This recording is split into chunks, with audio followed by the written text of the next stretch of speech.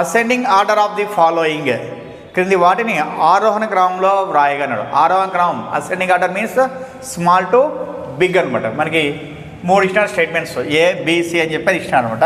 మరి అబ్జర్వ్ చేస్తే మనకి ఇప్పుడు -31 ఉంది, తర్వాత డివైడెడ్ బై ఉంది, అంటే బై వేస్తా, తర్వాత -30 -1 అన్నాడు, అంటే ఎంత వస్తుంది?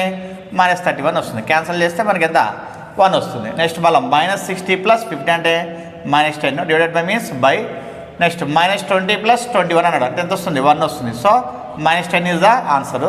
నెక్స్ట్ ఇక్కడ ఆల్రెడీ మధ్యలోనే డివైడెడ్ బై ఉంది కాబట్టి 12 1 జా 12 - 3 తీసుకోవచ్చు, అంటే -3 మళ్ళీ డివైడెడ్ బై ఉంది 3 రాసుకుంటే 3 1 జా 3 - 1 జా, అంటే అది -1.